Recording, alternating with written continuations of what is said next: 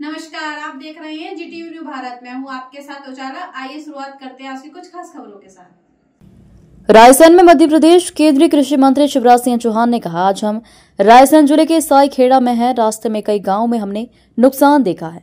पिछले 50 सालों में इतनी बारिश और बाढ़ कभी नहीं आई। जिनके घर नष्ट हो गए हैं उनका सर्वेक्षण करवाकर हम उनके लिए तत्काल व्यवस्था करेंगे। उन्हें पैसे देंगे ताकि वे अपने खाने पीने का इंतजाम कर सके। रायसेन जिले के साईखेड़ा में है। इसके पहले बमोरी और रास्ते के कई गांवों से नुकसान देखते हुए आ रहे हैं। 50 साल में ऐसी वर्षा और ऐसी बाढ़ पहले कभी नहीं आई।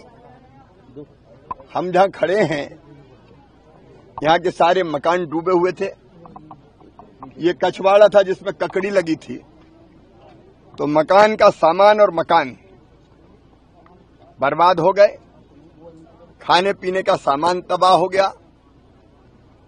पहनने के कपड़े भी लोग नहीं उठा पाए, सामान भी नहीं निकाल पाए। एक अम्मा का तो सामान उठाते भगते दौड़ते गिरी और फ्रैक्चर हो गया। इनका सब कुछ तबाह हो गया। फसलें भी नष्ट है और घर भी नहीं बचे। सर्वे चल रहा है अभी। इस व्यापक नुकसान को अभी हम और आगे सिलवानी तक देखेंगे। और दुख की इस घड़ी में हम अपनी दुखी जनता के साथ खड़े हैं। सर्वे करके 4 काम हम करेंगे। नंबर 1, सर्वे करके तात्कालिक व्यवस्था उनकी जिनके मकान पूरी तरह से नष्ट हो गए, क्योंकि मकान एक दिन में 1 महीने में नहीं बनता और पूरी बरसात अभी सिर पर है। तो तत्काल उनके रहने की व्यवस्था क्या हो, अस्थायी व्यवस्था। उनके खाने पीने के सामान का इंतजाम हो जाए, कपड़े लत्तों का इंतजाम हो जाए राशि के रूप में ही, ताकि उनकी जिंदगी चल सके। और बाद में जिनके मकान का पूरी तरह से नुकसान हुआ है उनको मकान बनाने के लिए भी राशि दी जाएगी। तो क्षति का आकलन ईमानदारी से हो और जो सर्वे होगा वो बाकायदा पंचायत भवन पे चिपकाया जाएगा कि इनके नाम है, ताकि सर्वे में पारदर्शिता रहे।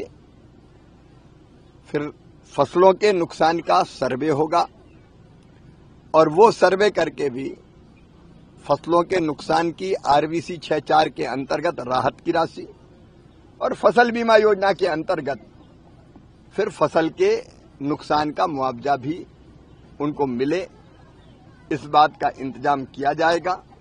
भारत सरकार ऐसी परिस्थितियों से निपटने के लिए राज्य सरकारों को एसडीआरएफ के तहत राशि पहले से आवंटित करती है।